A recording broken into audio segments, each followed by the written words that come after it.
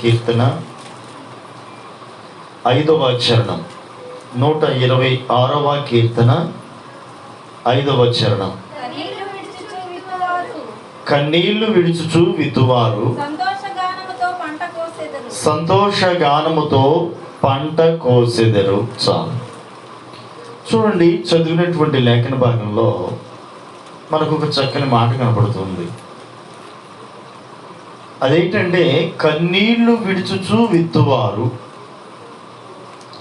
సంతోషగానముతో పంట కోసెదరు. దేవుడు ఆత్మపూర్ణటువంటి సేవకుల ద్వారా రాయించినటువంటి ఒక చక్కని మాట. విత్తాలి. మొదటిగా పంట కావాలంటే విత్తాలి. విత్తితే మనకు తగిన పంట ఉంటుంది. తగిన కాలంలో ఆ పంటను మనం కోయగలుగుతాం. ఇక్కడ రాయబడిన విషయం ఏంటంటే, కన్నీళ్లు విడుస్తూ విత్తితే ఖచ్చితంగా సంతోషంతో పంటను కోయగలుగుతారు. ఆత్మ సంబంధంగా నేను చెబుతూ ఉన్నాను, వాక్యం సెలవిస్తూ ఉంది. దేవుని సన్నిధిలో మనము కన్నీటితో విత్తగలిగే అనుభవాల్లో గనక మనం ఉండగలిగితే,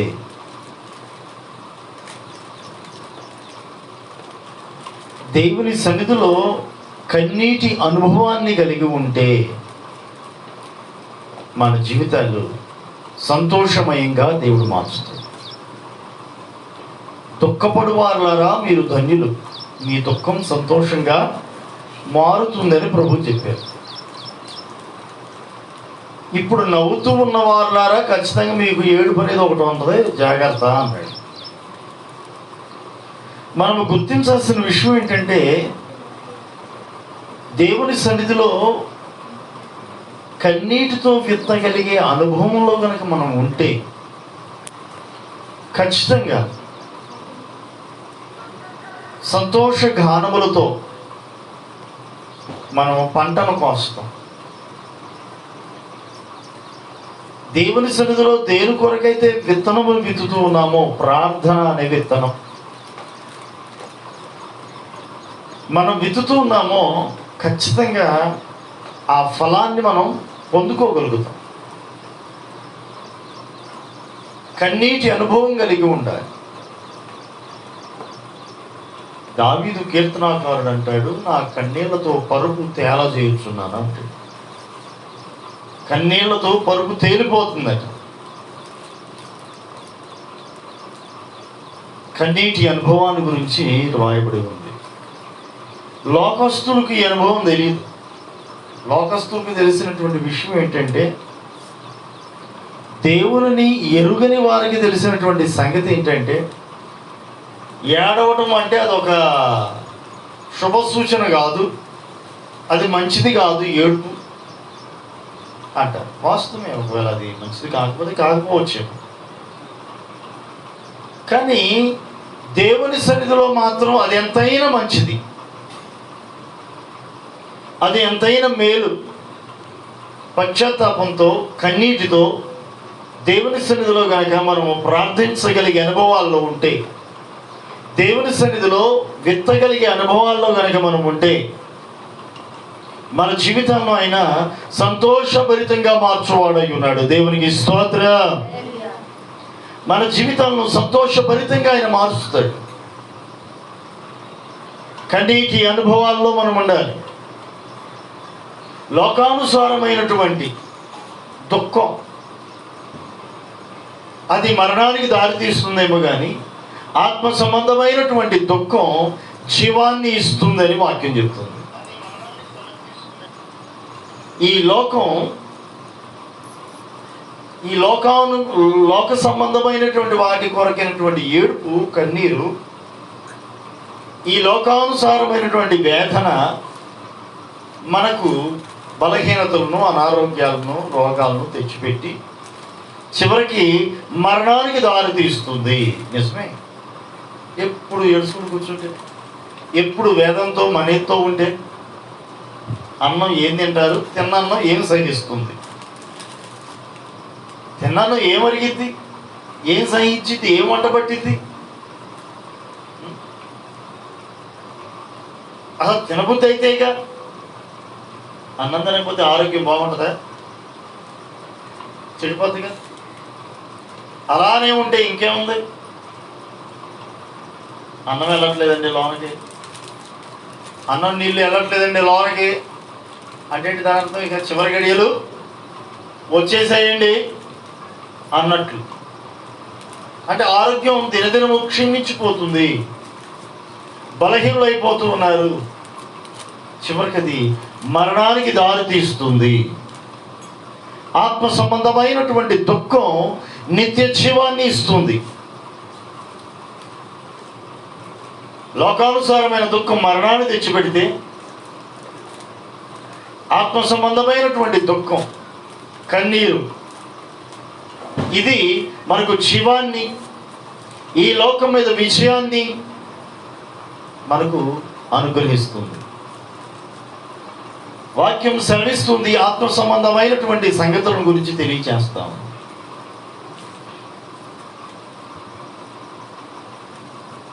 పరిశుద్ధాత్మ దేవుడు అంటాడు ప్రకటన గ్రంథంలో, ఆత్మ చెప్పు సంగతులను చెవిగలవాడు వినుగాక. సంఘములతో ఆత్మ చెప్పు సంగతులను చెవిగలవాడు వినుగాక. యేసయ్య బోధించుకుంటూ వచ్చాడు పరలోకపు సంగతులను, పరలోకపు మర్మాలను. ఇవన్నీ ఆత్మ సంబంధమైనవి.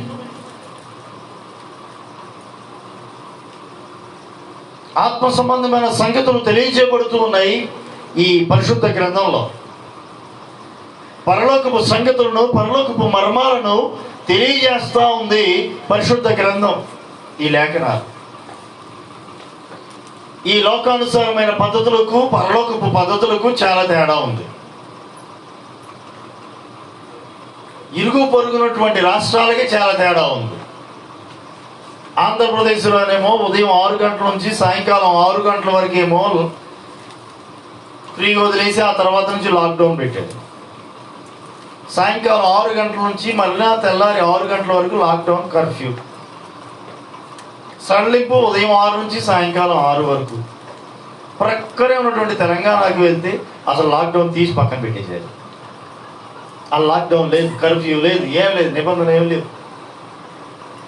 జాగ్రత్తగా ఉండండి, కొంచెం డిస్టెన్స్ మెయింటైన్ చేసుకుంటూ, మాస్కులు పెట్టుకుంటూ, శానిటైజర్ ఉపయోగించండి, అని కొంచెం జాగ్రత్తగా ఉండండి. కొంచెం ఏమన్నా బలహీనంగా ఉంటే వెంటనే హాస్పిటల్లో చూపించుకోండి, మందులు వాడండి అని చెప్పుకుంటూ. ఏమండి, ఇరుగు పొరుగునటువంటి రాష్ట్రాల మధ్యలోనే ఎంత తేడా ఉంది. ఒక దేశానికి మరో దేశానికి రూల్స్ అండ్ రెగ్యులేషన్స్ చాలా తేడా ఉన్నాయి.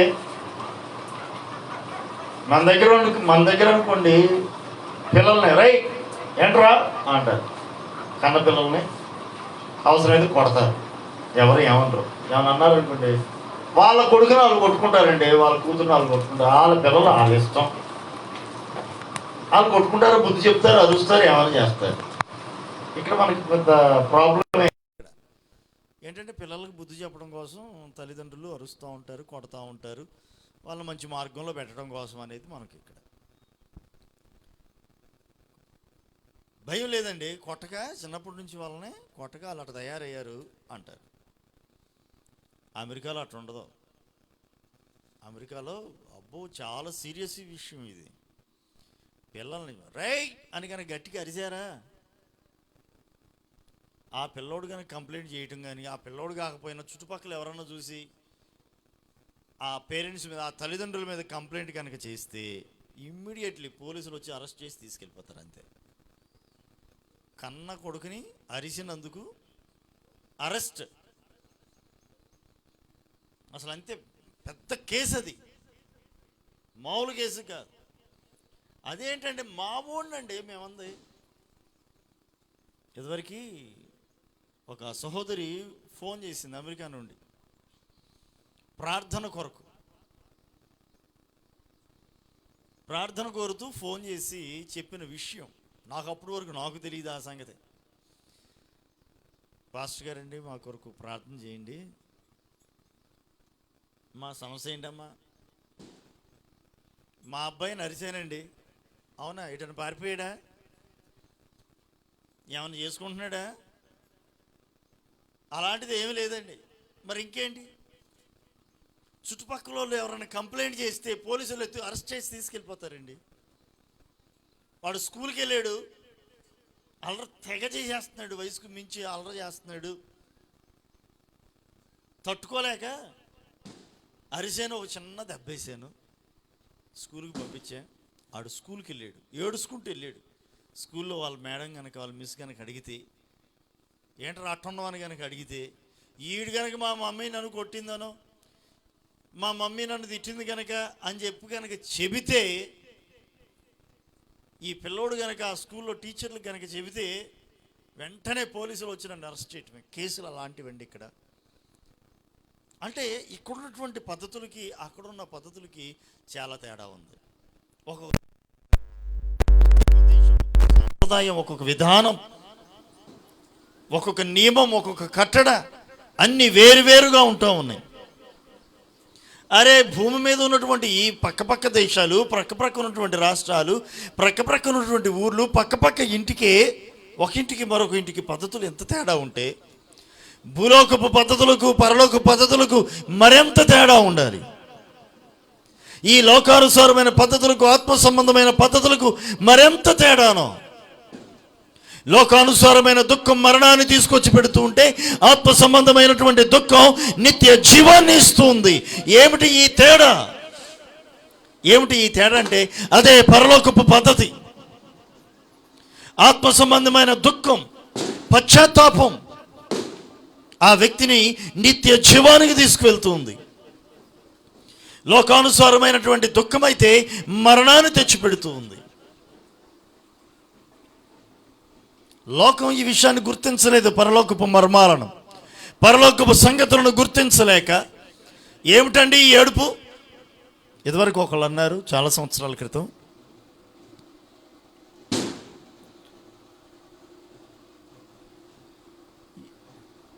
ఏడుచుకుంటూ వాళ్ళు ఇల్లు కడిగొస్తున్నారండి. ఇల్లు ఉపవాస ప్రార్థన జరిగింది ఒక ఇంట్లో.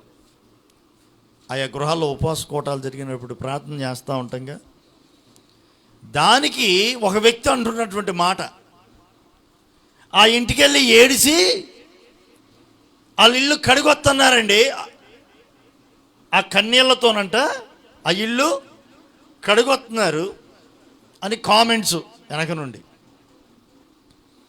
కానీ వాళ్ళకి ఆ సంగతి తెలియట్లా. ఆ ఏడుపు, ఆ కన్నీరు ఆ కుటుంబాన్ని సంతోషభరితంగా మార్చుచున్నది. Praise the lord. వారి సమస్యలకు ఒక పరిష్కారాన్ని ఇస్తూ ఉంది. వారి అనారోగ్యాల నుంచి వారిని విడిపించి ఆరోగ్యవంతులుగా చేస్తుంది ఆ కన్నీరు. రోజులు గడిచినాయి, నెలలు గడిచినాయి. ఒక రోజున అదే వ్యక్తి వచ్చి అంటాడు, పాస్టర్ గారండి, మా కుటుంబం కోసం ప్రార్థన చేయండి, మా కోసం ప్రార్థన చేయండి, ఆరోగ్యాలు బాగోట్లేదు ఒక్కరికి కూడా, ఒక్కసారి మా ఇంటికి వచ్చి ప్రార్థన చేయండి అన్నాడు. అంటే ఇప్పుడు ఆ ఇంటానికి ఏం కావాల్సి వచ్చింది? ఇప్పుడు ఆ కన్నీరు అవసరమైంది. కామెంట్ చేశాడు, ఆ ఇంటికి తిరిగి ఏడ్చుకుంటూ ఆ ఇల్లు కడుగొస్తున్నారు అయ్యగారు. ఆ ఇల్లు కడగడానికి వచ్చారు తిరువూరు నుంచి అన్నాడు. ఇప్పుడు తన ఇంటికి పిలిచాడు, మా ఇల్లు కూడా కడగండి మీ కన్నీటితో అన్నట్టు. కుటుంబంలో అన్ని సమస్యలేనండి. ఒక సమస్య పోతే మరొక సమస్య, ఒక రోగం తగ్గిపోతే ఒక రోగం. ఇంట్లో ఏ ఒక్కరికి కూడా ఆరోగ్యాలు సరిగా ఉండట్లా. ఒక్కసారి మా ఇంటికి వచ్చి ప్రార్థన చేసి వెళ్ళండి పాస్టర్ గారండి అన్నాడు. ఇప్పుడు ఆయనకి ఏం కావాల్సి వచ్చింది? ఇప్పుడు ఈ కన్నీరు ఆ ఇంట్లోకి ఆరవాల. ఇప్పుడు ఆ కన్నీరు కారినటువంటి ఆ కన్నీరు ఆ ఇంటిలో ఉన్నటువంటి దుఃఖాన్ని, ఆ ఇంటిలో ఉన్న రోగాన్ని, ఆ ఇంటిలో ఉన్న సమస్యలను మొత్తాన్ని కడిగివేయాలి.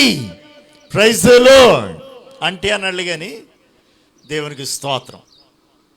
ఒక మంచి విషయం తెలిసింది. ఏంటి? ఓహో, ఈ కన్నీరు అక్కడ వెళ్ళి ఆ ఇల్లు కడగడం ద్వారా వారి రోగాలు పోతున్నాయి. ఇప్పుడు కడుగుతున్నది ఏంటంటే రోగము అనే చెత్త, అంతేగా, మురికి, పాపం అనే మురికి, వీటన్నిటినీ కడిగి వేస్తుంది కన్నీరు అని అంటాడు. ఒక్కసారి మా ఇంటికి వచ్చి ప్రార్థన పెట్టారండి. దేవునికి స్తోత్రం. లోకానుసారమైన దుఃఖం వేదనను, మరణాన్ని తెచ్చిపెట్టింది.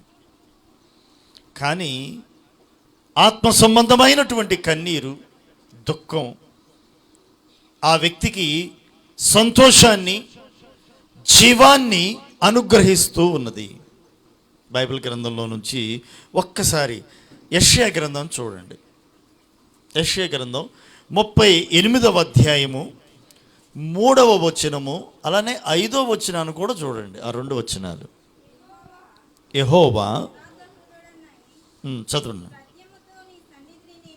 యథార్థ హృదయుడునై సత్యముతో ఎట్లు నీ సన్నిధిని నేను నడుచుకుంటునో, నీ దృష్టికి అనుకూలంగా సమస్తమును నేను ఎట్లు జరిగించితినో కృపతో జ్ఞాపకము చేసుకొనుమని హిజ్కియా కన్నీళ్లు విడుచుచు యెహోవాను ప్రార్థింపగా. చాలు. కన్నీళ్లతో యెహోవాను ప్రార్థింపగా. ఆయన ఎవరంటే రాజు, హిజ్కియా రాజు. ఆయన ఒక గొప్ప రాజు. ఈ గొప్ప రాజు ఒకనొక రోజు ఏం చేశాడంటే దేవునికి ప్రార్థన చేస్తున్నాడు. ఎలా చేస్తున్నాడంటే కన్నీటితో ప్రార్థిస్తున్నాడు. కన్నీటి ప్రార్థన. 5వ వచనం, నీవు తిరిగి హిజ్కియా యొద్దకు పోయి అతనితో ఇట్లనుము, నీ పితరుడైన దావీదునకు దేవుడైన యెహోవా నీవు కన్నీళ్లు విడుచుట చూచి తిని నీ ప్రార్థన నేను అంగీకరించి తిని. చాలు. నీ పితరుడైనటువంటి దావీదు యొక్క దేవుడును నేను అని దేవుడు తనను తాను మరలా పరిచయం చేసుకుంటున్నాడు. హిజ్కియాతో చెబుతూ ఉన్నాడు, నీ పితరుడైనటువంటి దావీదుకు దేవుణ్ణి, అబ్రహాము దేవుణ్ణి, ఇస్సాకు దేవుణ్ణి, యాకోబుల దేవుడును అని పరిచయం చేసుకుంటూ వచ్చేవాడుగా. అట్లనే హిజ్కియాతో కూడా కబురు పెట్టాడు. హిజ్కియాకి, నీ పితరుడైనటువంటి దావీదు దేవుడును నేను నీతో చెబుతున్నటువంటి మాట ఆలకించు. నీవు కన్నీళ్లు విడుచుట నేను చూచి తిని నీ ప్రార్థన నేను అంగీకరించాను. Praise the lord. కన్నీటితో ఆయన ప్రార్థన చేశాడట. దేవుడు ఆ కన్నీటి ప్రార్థన ఆలకించాడట. ఇంతకీ ఈయన కన్నీటితో ఎందుకు ప్రార్థన చేశాడు? దేవుడు కన్నీటి ప్రార్థనను ఆలకించి ఏం చెప్పాడు అని తెలుసుకోవాలనుకుంటే మనం హిజ్కియా దగ్గరికి వెళ్ళి అడగాల్సిందే. ఏమండి హిజ్కియా రాజు గారు, అసలు మీరు ఏడవాల్సిన అవసరం ఏమొచ్చింది? మీరు గొప్ప రాజు ఆయే, మీరు ఏడవలసిన కర్మేంటండి? కన్నీళ్లతో ప్రార్థించాల్సిన అవసరం మీకేంటి అని అడిగితే అప్పుడు హిజ్కియా గారు చెప్తాడు, ఏం చెప్పానయ్యా నా బాధ? నాకు మరణకరమైన రోగం వచ్చింది. ఏ రోగం? మరణకరమైన రోగం వచ్చింది. ఏదో కొద్ది గొప్ప ప్రార్థన చేసుకునే అలవాటు, ప్రభా నన్ను స్వస్థపరచును ఆయన అని ప్రార్థిస్తూ ఉండగా దైవజనుడు ప్రవక్త అయినటువంటి యెషయా గారు వచ్చి, దేవుడైన యెహోవా సెలవిచ్చున్నదేమనగా, నీవు మరణం కాబోతున్నావు కాబట్టి నీ ఇల్లు నువ్వు చక్కబెట్టుకో అన్నాడు. స్వస్థపడతాడేమని దేవుడు నేను ఎదురు చూస్తే దైవజనుడు వచ్చి ఏం చెప్తున్నాడు? ఇల్లు చక్కబెట్టుకో అన్నాడు. ఇల్లు చక్కబెట్టుకోమన్నాడట. ఇల్లు చక్కబెట్టుకోవడం అంటే ఏంటి? ఇల్లు మంచిగా నీట్గా సర్దిరా చచ్చిపోయే ముందు అని అర్థం. ఈ భౌతికపరమైన ఇంటిని గురించి ప్రభు చెప్పలా, ఆత్మ సంబంధమైనటువంటి ఇంటిని గురించి చెబుతున్నాడు. నీ హృదయం అనే ఇంటిని గురించి చెబుతున్నాడు. నీ హృదయం ఎట్టుందో చూసుకో. ఎక్కడైనా సరే మకిలంటిందేమో, మురుకుందేమో ఈ ఆత్మ సంబంధమైన ఇంటికి. దాన్ని కడుక్కో, శుభ్రం చేసుకో, జాగ్రత్తగా ఉండు. నువ్వు చచ్చిపోబోతున్నావు. నువ్వు చచ్చిపోతే నేరుగా నా దగ్గరికి వచ్చేస్తావు. నిత్యజీవాన్ని నీవు స్వతంత్రించుకుంటావు. కాబట్టి జాగ్రత్త అని చెప్పాడు. ఎగిరి గంతేసి దేవుడు నాకు గొప్ప ఆఫర్ ఇచ్చాడు అని సంతోషించాల్సింది పోయి ఈ హిజ్కియా ఏడుచుకుంటూ ప్రార్థన చేశాడు. ప్రభా, నీ కోసం నేను ఎంత ప్రయాసపడ్డానయ్యా, ఎన్ని కానుకలు ఇచ్చానయ్యా, మందిరం కట్టడం కోసం అంటే ఎన్ని వేల రూపాయలు, ఎన్ని లక్షల రూపాయలు, ఎన్ని కోట్ల రూపాయలు ఇచ్చానయ్యా, నా ఇళ్ళ స్థలం ఇచ్చేసానయ్యా, నా పొలం ఇచ్చేసానయ్యా, నీకు మందిరం కట్టించానయ్యా, పేదోళ్ళకి డబ్బులు ఇచ్చానయ్యా, పేదోళ్ళకి బట్టలు పెట్టానయ్యా, పేదోళ్ళకి అన్నం పెట్టానయ్యా, మీటింగులు అంటే కానుక ఇచ్చానయ్యా, ఆ కూటం అంటే ఈ కానుక ఇచ్చానయ్యా, ఈ కూటానికి ఈ కానుక ఇచ్చానయ్యా, పండగంటే అది చేశానయ్యా, ఇది చేశానయ్యా, మా ఇంట్లో కూడా మీటింగులు పెట్టుకొని, మా ఇంట్లో కూటాలు పెట్టుకొని వచ్చిన వాళ్ళందరికీ భోజనాలు పెట్టానయ్యా, టిఫిన్ పెట్టానయ్యా, కేకులు ఇచ్చానయ్యా. మొత్తం తగులుకొని ఏం చేశాడు? దేవుని సన్నిధిలో ఇక లిస్టులు చదువుతున్నాడండి. నేను ఇది చేశా, ఇది చేశా అని. దయతో నేను చేసినవన్నీ జ్ఞాపకం చేసుకొని నన్ను బ్రతికించయ్యా, నన్ను కాపాడయ్యా, నన్ను రక్షించి స్వస్థపరచయ్యా అని హిజ్కియా రాజు దేవుని సన్నిధిలో కన్నీటితో ప్రార్థన చేశాడు. మరణం ఎదుటగా నిలిచి ఉండగా హిజ్కియా కన్నీటితో ప్రార్థించాడు. మరణకరమైన రోగం వేధిస్తూ ఉంది. మరణం వాకిట నిలచి ఉంది. ఆ సమయంలో ఇతడు చేసిన పని, దేవునిని వేడుకున్నాడు కన్నీటితో. అంతే తప్ప హాస్పిటల్కి కార్పొరేట్ హాస్పిటల్కి వెళ్దామా, గవర్నమెంట్ హాస్పిటల్కి వెళ్దామా, ఆర్ఎంపీ డాక్టర్ గారు ఉన్నారు అక్కడికి వెళ్దామా, లేకపోతే ఆయుర్వేద వైద్యుడు, ప్రముఖ వైద్యుడు ఆనందయ్య ఉన్నాడు ఆయన దగ్గరికి వెళ్దామా, నెల్లూరు ఏం చేద్దాం, ఎక్కడికి వెళ్ళి ఏ మందు వాడదాం, ఇలాంటి ఆలోచనలు ఏం పెట్టుకోవాలి. హిజ్కియా చేసిన పని, ఒక అద్భుతమైన పని ఏంటంటే గోడ తట్టు తిరిగి కన్నీటితో ప్రార్థన చేయడం ప్రారంభించాడు. నువ్వు మరణం కాబోతున్నావు, ఇల్లు సర్దుకో అని చెప్పిన దైవజనుడు ఇంకా ఇంటికి బయలుదేరాడు. ఇంక ఇంటికి కూడా రాజుగారు అంతఃపురం కూడా దాట్లా. ఈ లోపల మరలా దేవుని దగ్గర నుంచి వర్తమానం రానే వచ్చేసింది. దైవజనుడైనటువంటి యెషయాతో ప్రభు మాట్లాడుతూ, హిజ్కియా దగ్గరికి వెళ్ళి ఈ మాట చెప్పు. ఏ మాట? నీవు కన్నీళ్లు విడుచుట నేను చూచి తిని, నీ ప్రార్థన నేను అంగీకరించి తిని. ప్రియమైనటువంటి దేవుని పిల్లలారా,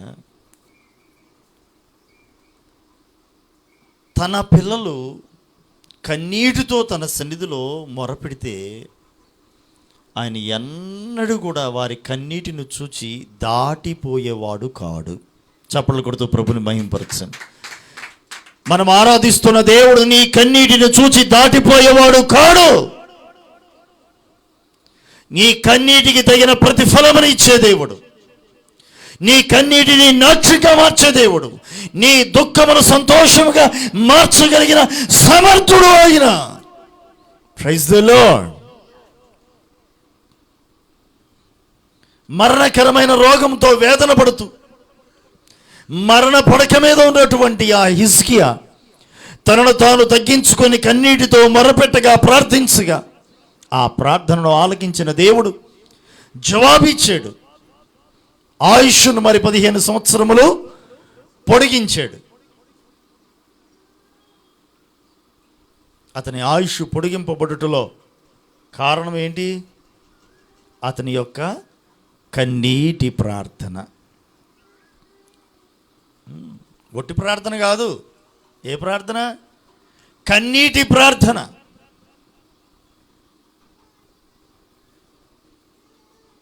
తన పిల్లల యొక్క కన్నీటిని ఆయన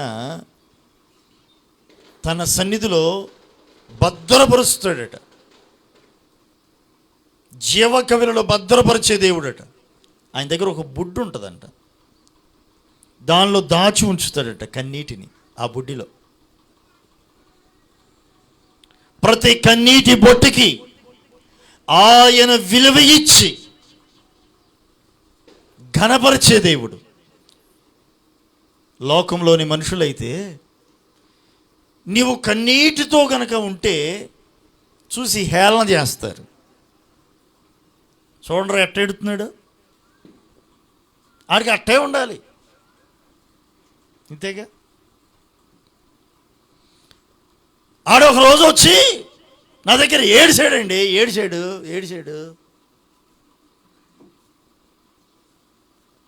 అందుకే చేశా, లేకపోతే నేను ఎందుకు చేస్తా. దెప్పు పొడుస్తారు కాదా? దెప్పు పొడవరు. ఏడిసాడండి, ఏడుపు మొహం పెట్టుకుని వచ్చాడు, మొసలి కన్నీరు కార్చాడు. ఏ కన్నీరు అంట? వీళ్ళు ఈ కన్నీటికి ఏ బిరుదు తెచ్చారు? మొసలి కన్నీరు పేర్లు పెడుతున్నారండి, కామెంట్ చేస్తున్నారు. పాపం వాళ్ళేదో వేదనతో, బాధతో, కన్నీటితో వాళ్ళేదో ఉండి వాళ్ళ బాధలేదో చెప్పుకుంటే, వాళ్ళ వేదనేదో అక్కడ చెప్పుకుంటే, చేతనైతే సహాయం చేయాల్సింది పోయి, సరే సహాయం ఏదో కొద్దో గొప్ప ఏదో చేస్తే చేసావు, మళ్ళీ దాన్ని ఏం చేస్తున్నారు? దెప్పి పొడుస్తున్నారు. కొంతమంది సహాయం చేయకపోగా మళ్ళీ పైపెచ్చు మాటలు. మనుషులు కన్నీటిని చూచి హేళన చేస్తున్నారు. కానీ దేవుడు నీ కన్నీటిని చూచి హేళన చేసేవాడు కాదు. నీ కన్నీటికి జవాబుని ఇచ్చే దేవుడు ఆయన. నీ కన్నీటికి తగినట్లుగా ప్రతిఫలమనిచ్చే దేవుడు. కన్నీటితో విత్తువాడు సంతోష గానములతో పంటను కోయును అని సెలవిచ్చాడు ఆయన. Praise the Lord. ఈ లోకంలో ఏ మనుషుని దగ్గర ఈ కన్నీటికి విలువ ఉందో లేదో నాకైతే తెలియదు, కానీ నా దేవుని సన్నిధిలో మాత్రం నీ కన్నీటికి విలువ ఉంది. Praise the lord. ఏ మనుషుడి దగ్గర నీ కన్నీటికి విలువ ఉందో లేదో, ఏ మనుషుడు నీ కన్నీటికి విలువిస్తాడో ఇవ్వడో నాకైతే తెలియదు, కానీ నా దేవుడు మాత్రం నీ ప్రతి కన్నీటికి విలువని ఇచ్చే దేవుడు. Praise the Lord. ప్రతి కన్నీటి బొట్టుకి వెలకట్టి విలువ ఇచ్చేవాడు దేవుడు. మనుషుడైతే నువ్వు ఎన్నిసార్లు ఏడ్చావో, ఎన్నిసార్లు కన్నీరు కార్చావో దాన్ని తలుచుకొని పదే పదే ఆ మాటలు ఎత్తి అవమానపరుస్తుంటారు. నా దగ్గర నాకు పలానా రోజు వచ్చి ఏడిసేవరా, పలానా రోజు వచ్చి ఏడిసేవరా అన్ని లెక్కగట్టి చెప్తారు. అవమానకరంగా మాట్లాడుతూ ఉంటారు. కనపడిన వాళ్ళందరి దగ్గర చాటింపు వేస్తూ ఉంటారు. చాటింపు కార్యక్రమే. నాకు తెలిసి టీవీలో ఆ న్యూస్ ఉంటూ చూసారా, న్యూస్ ఛానల్స్లో వచ్చే వార్తలను కొంచెం ఆలస్యంగా వస్తాయేమో, కానీ కొంతమంది నోళ్ళల్లో కళ్ళల్లో పడినవి మాత్రం అంతకన్నా వేగంగా వెళ్ళిపోతాయి. అబ్బాబ్బా. న్యూస్ ఛానల్స్ ఏవీ లేని రోజుల్లో కొత్తగా స్టార్ట్ చేశారు. ఈటీవీ 2, ఆ తర్వాత టీవీ 9 న్యూస్ ఛానల్స్లోనే ఒక విప్లవాత్మకమైన మార్పును తీసుకొచ్చింది టీవీ 9. ఇక ఆ తర్వాత చాలా రకరకాలైన ఛానల్స్ వచ్చినాయి. చివరికి యూట్యూబ్ ఛానల్ కూడా వచ్చినాయి, న్యూస్ ఛానల్స్. ఇవన్నీ చాలదన్నట్టు కొన్ని విషయాలు ఆ న్యూస్ ఛానల్స్లో కూడా దొరకవు, కానీ వాటికి అందడం కూడా కొంచెం ఆలస్యంగా అందుతాయేమో, కానీ న్యూస్ ఛానల్స్కే ఆలస్యంగా అందుతాయి. కానీ ఇలా చెవులో పడినాయా కొంతమంది ఉంటారు, వాళ్ళ చెవులో కానీ కళ్ళల్లో కానీ పడితే కనుక అసలు ఎంత వేగంగా వ్యాప్తి చెందుతాయంటే, మంచిని మాత్రం చెప్పరట. మంచి ఏదైనా జరిగితే చెప్తారా? పొరపాటుని చెప్పరు. చెడు అనుకోండి అసలు దావాలలాగా మొత్తం వ్యాపించిపోతుంది దెబ్బకి. అదే వార్త పేపర్లో రావడానికి 24 గంటలు పట్టిద్ది, మళ్ళీ తెల్లారికి వచ్చింది ఆ వార్త న్యూస్ పేపర్లో. కానీ ఈ పాటికే అసలు ఊరంతా స్ప్రెడ్ అయిపోద్ది. ఊరంతా ఏంటి ఇంకెక్కడెక్కడికో వెళ్ళిపోద్ది.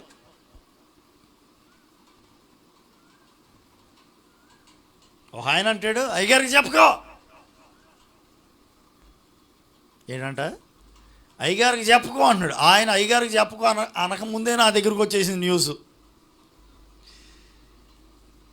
పాపం పిచ్చోళ్ళు, నాకు తెలియదు అనుకో, నాకు చెప్పట్లా, ఆల్రెడీ విషయం నాకు తెలిసిపోయింది. నాకు ఇంకా తెలియదు అనుకుంటున్నారు పిచ్చోళ్ళు. నాకు తెలిసి వారం అయింది. ఆ తర్వాత ఎప్పుడుకో ఏమనుకున్నారు, ఏమో అయ్యగారికి చెప్పకపోతే ఎట్టా, మనమన్నా చెప్పకపోతే ఎట్టా అని వచ్చి చెప్పారు. చెప్తున్నారుగా ఎన్న. అవునా, అట్టాగా, ఏమండి నువ్వు చెప్పకపోతే ఊళ్ళో జనాలకు తెలియదా? ఏమండి ఒక్క క్యాండిడేట్కి తెలిస్తే చాలుగా. ఈ టీవీ 2లు టీవీ 9లు ఏం పనికి వస్తాయి? తెలియాల్సిన వాళ్ళకి ఒక్కరికి తెలిస్తే చాలు. అసలు దెబ్బకి దేశం అంతా వ్యాప్తి చెందదు. కరోనా వైరస్ ఏముంది, ఇది చాలా స్లోగా నడుస్తుంది వ్యవహారం. దీనికన్నా వేగం డెల్టా ప్లస్ అంట, కొత్త వేరియంట్. ఇది ఇంకా పవర్ఫుల్, ఇంకా వేగం అంట. దానికన్నా వేగం ఇది. ఏది కొంతమంది నోళ్ళలో పడితే కనుక అంతకన్నా వేగంగా వ్యాప్తి చెందుతూ ఉంటాయి. ఊరంతా టాంటామి. వాడు ఏడ్చుకుంటూ వచ్చాడండి నా దగ్గరికి. దెప్పి పొడుస్తూ ఉంటారు. మనుషుడు దెప్పి పొడుస్తాడేమో కానీ దేవుడు ఏనాడు కూడా దెప్పి పొడవడు. నీ కన్నీటికి విలువనిచ్చే దేవుడు ఆయన. నేను ప్రకటిస్తున్నటువంటి యేసు నీ ప్రతి కన్నీటి బొట్టుకి విలువనిచ్చి నిన్ను ఘనపరిచే దేవుడు, నీ కన్నీటిని నాట్యంగా మార్చే దేవుడు, నీ దుఃఖాన్ని సంతోషంగా మార్చగలిగిన సమర్థుడు. Praise the Lord. ఇదిగో ఈ హిజ్కియా రాజు ప్రభు సన్నిధిలో వేడుకున్నాడు కన్నీటితో. వెంటనే జవాబు మరలా రానే వచ్చేసింది. నీవు కన్నీరు విడుచుట నేను చూచి తిని, నీ ప్రార్థన నేను అంగీకరించి తిని. చూసారా,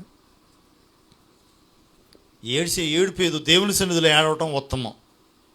ఇట్లనే ఒక ఆమె దేవుని సన్నిధికి వచ్చి ఏడుస్తుంది, కన్నీటితో ప్రార్థన చేస్తుంది. అక్కడ ఓ పాస్టర్ గారు ఉన్నారు. ఆయన వచ్చి అంటాడు, ఎంత పొద్దున్నే తాగొచ్చు ఏంటమ్మా అంటున్నాడు. ఏమంటున్నాడు? ఎంత పొద్దునే తాగొచ్చేసావా? ఏమనుకుంటున్నావా మనవో, ఇదే దేవుని సన్నిధి అనుకుంటున్నావా, ఏమనుకుంటావు అన్నట్టు మాట్లాడుతున్నాడు. అప్పుడు ఆమంటది కదా, అయ్యా నేను మత్తురాలుగా లేనయ్యా, నేను తాగి రాలేదయ్యా, నా హృదయంలోని వేదనను బట్టి నా దేవుని సన్నిధిలో కృమ్మరిస్తున్నాను నా వేదన్ని. ఆమె ఏం చేసిందట? కృమ్మరించిందంట తన వేదన అంతటిని. దేవుని సన్నిధిలో కన్నీటితో ప్రార్థన చేస్తూ తన వేదనను కృమ్మరించింది. కన్నీటితో ప్రార్థన చేసింది, దేవునితో తన వేదనను చెప్పుకుంది, తను పొందుతున్న అవమానాన్ని చెప్పుకుంది, తను పడుతున్న నిందలను దేవునితో చెప్పింది, తనకున్న కొరతను దేవునితో విన్నవించింది. అయ్యా నేను మత్తురాలను కాదయ్యా, లోకం దృష్టిలోనేమో మనుషుల దృష్టిలోనేమో ఈమె ఒక మత్తురాల్లా కనపడుతుంది. చూసేవాళ్ళు ఏమనుకుంటున్నారు? తాగొచ్చింది అనుకుంటున్నారు.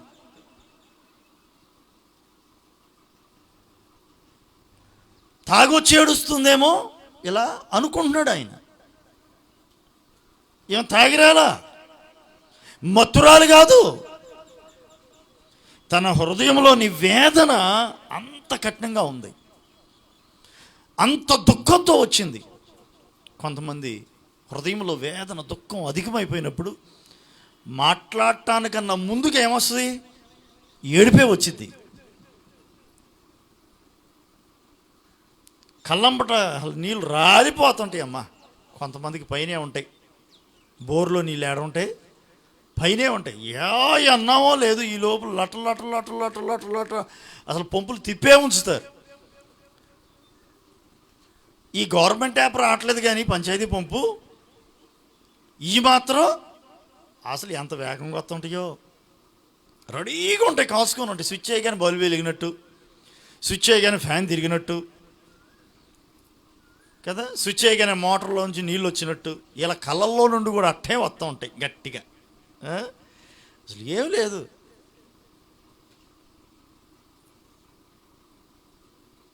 కొంతమంది అట్లుంటుంది.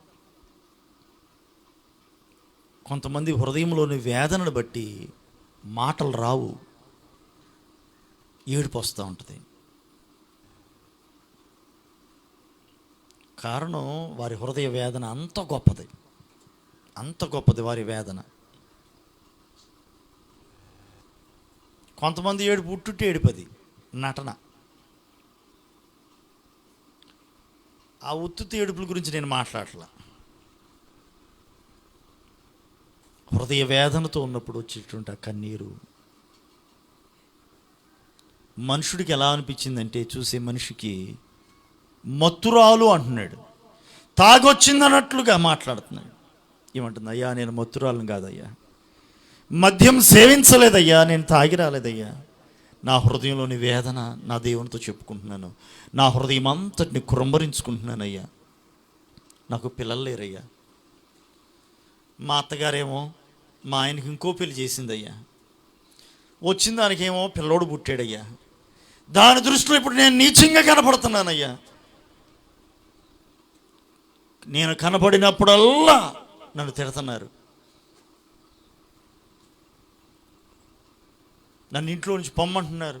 తన వేదన అంతా చెప్తా ఉంది, తను పడుతున్న బాధనంతటిని చెబుతూ ఉంది.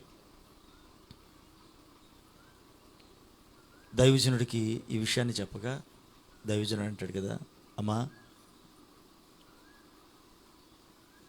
ఇగో నీ ప్రార్థన దేవుడు అంగీకరిస్తాడు, నీ కన్నీటికి జవాబును ఆయన ఇస్తాడు, కంగారు పడుకో. సమాధానము గలదానవై పొమ్ము అంటాడు ఆయన. Praise the Lord. ఎలా నీ ప్రార్థన దేవుడు అంగీకరిస్తాడు, అంతే, తిరిగే లేదు. కారణం, కన్నీటితో విత్తువారు సంతోషగానములతో పంటను కోస్తారు. నువ్వు వేదనతో, కన్నీటితో, పశ్చాత్తాపంతో, దుఃఖంతో, దేవుని మీద విశ్వాసంతో నువ్వు కన్నీరు విడిచావు, దేవుడు నీ కన్నీటికి జవాబునిస్తాడు. నిత్యముగా పంట కోస్తావు, సంతోషంతో నీ బిడ్డను ఎత్తుకుంటావు. తిరగలేదు,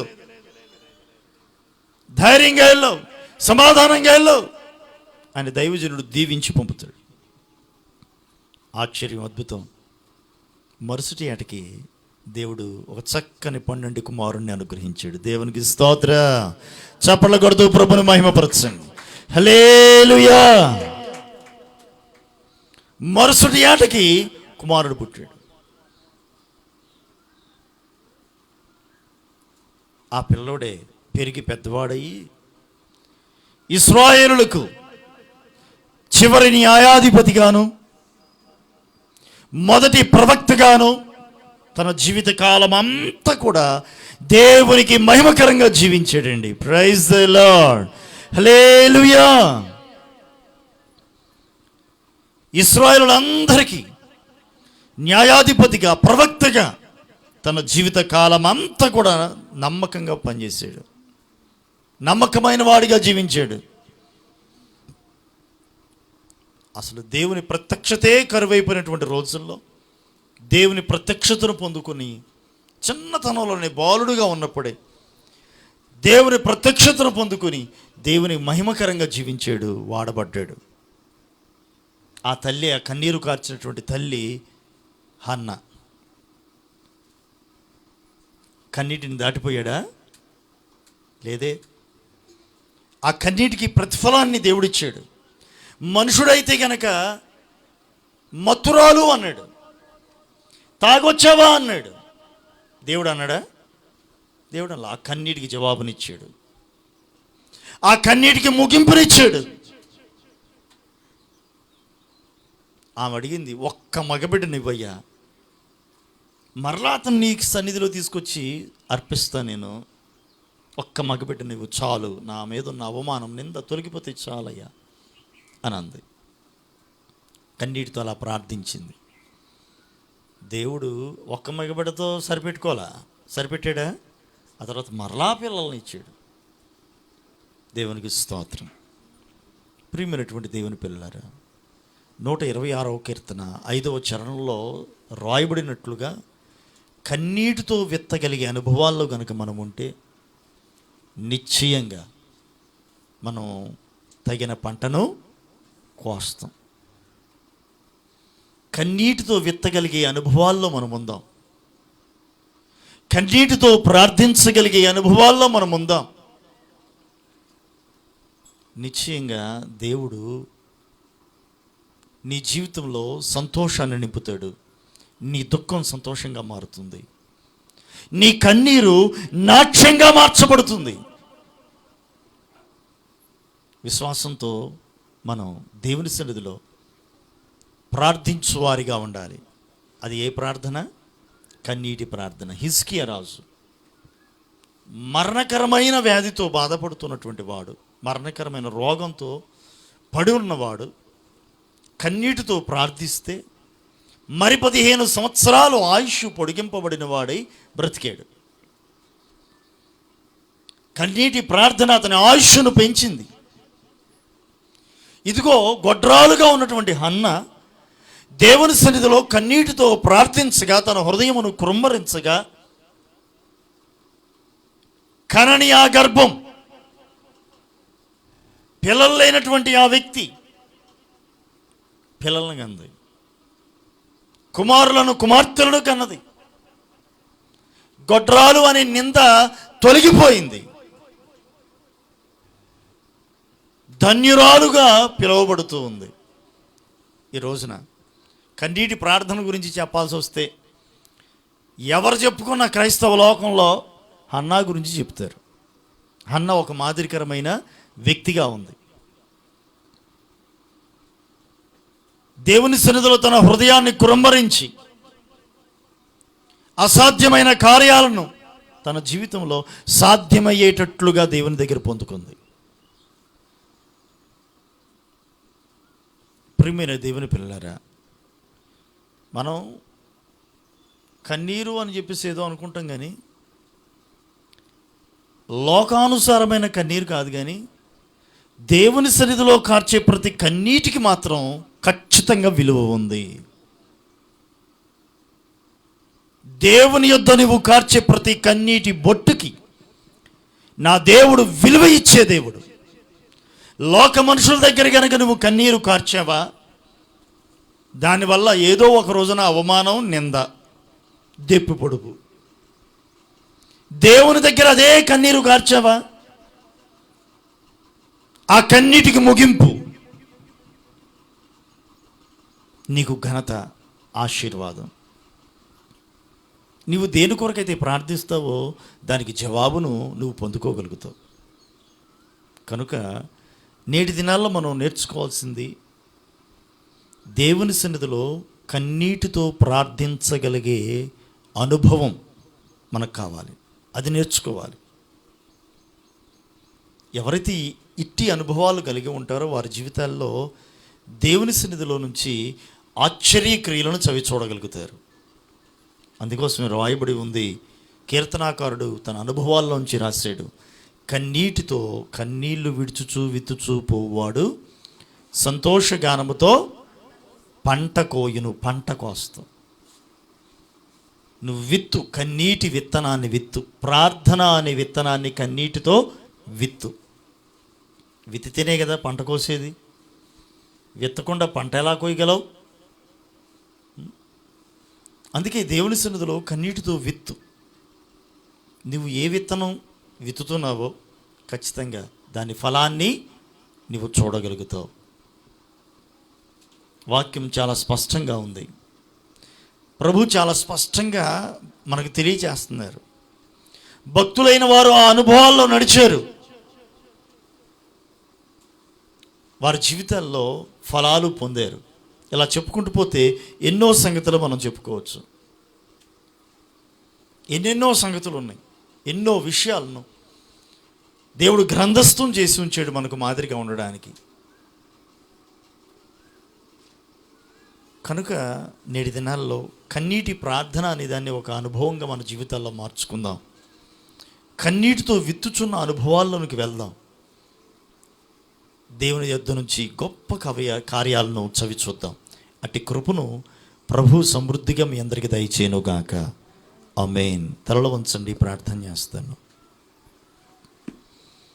అందరూ కూడా మోకరించి ఒక తీర్మానంతో కూడిన ప్రార్థన. అలనాడు హిజ్కియా ప్రార్థించాడు కన్నీటితో.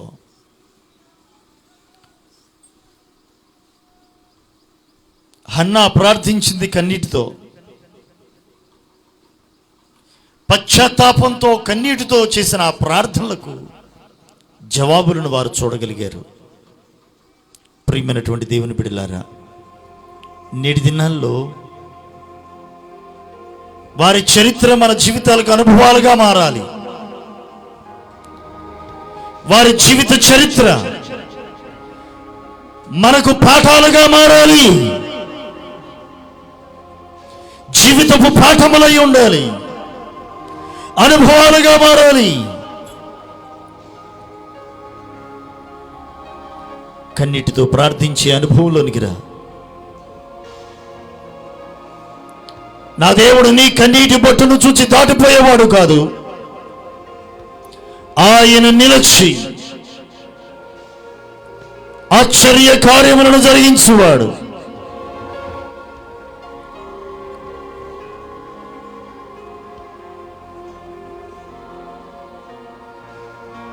ప్రభా, మాకు అలాంటి అనుభవాన్ని నేర్పండి అయ్యా. పశ్చాత్తాప హృదయాన్ని మాకు అనుగ్రహించండి. కన్నీటితో ప్రార్థించి జవాబులను చూడగలిగే అనుభవాల్లోనికి ప్రభా మీరు మమ్మల్ని నడిపించండి అయ్యా అని అడుగుదాం. ప్రార్థన చేద్దాం. పరిశుద్ధుడా మా యేసయ్యా, మీ ఘనమైన నామానికి కృతజ్ఞతలు, స్తోత్రాలు తండ్రి. ఈ శ్రేష్టమైన పగటి వేళలో మీరు మాతో మాట్లాడుతూ వస్తూ ఉన్నారు. కన్నీటితో ప్రార్థించమని సెలవిస్తూ ఉన్నారు. కన్నీటి ప్రార్థనను ప్రభా మీరు ఆలకించి అంగీకరించి జవాబులు ఇచ్చుచున్న దేవుడు అని హిజ్కియా ద్వారా, హన్నా ద్వారా మీరు మాకు బోధించుచూ వచ్చారు. వారి జీవితాల్లో వారు ఎదుర్కొన్నటువంటి వారి సమస్యలకు వారి కన్నీరు ఒక జవాబుని ఇచ్చింది.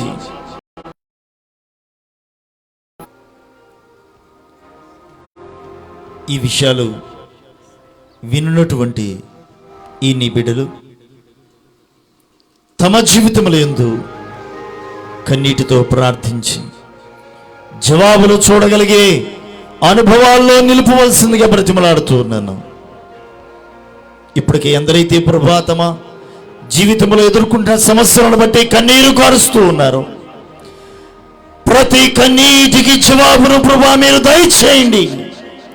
ప్రతి ప్రార్థన ఆలకించి గొప్ప జవాబును, జయాన్ని అనుగ్రహించండి. దీవెనకరంగా మార్చండి, మహిమకరంగా మార్చండి. కృపగల కార్యాలు చేయండి. కన్నీటిని నాట్యముగా చేయండి. దుఃఖాన్ని సంతోషంగా మరల్చండి. మీ నామానికి మహిమ తెచ్చుకోమని ఈ శ్రేష్టమైన సమయమందు ఎందరైతే ఈ నీ మాటలు విన్నారో అటు ప్రతి ఒక్కరిని ప్రభా మీరు దర్శించి బలపరచవలసిందిగాను ప్రార్థించి దీవించి అడుగుచున్నాను తండ్రి. ఆమేన్. మన తండ్రి అయిన దేవుని యొక్క ప్రేమ, ఆయన కుమారుడు మన రక్షకుడైన క్రీస్తు యేసు కృప, పరిశుద్ధాత్మ దేవుని యొక్క అన్యోన్య సహవాసము ఇప్పుడు ఎల్లప్పుడూ ఈ మాటలు వింటున్న ప్రతి ఒక్కరికి సర్వలోక పరిశుద్ధులకును తోడై ఉండి కన్నీటితో ప్రార్థించి జయాలను చూడగలిగే అనుభవాల్లో నిలుపునుగాక. ఆమేన్. ఆమేన్. అందరికీ వందనాలు.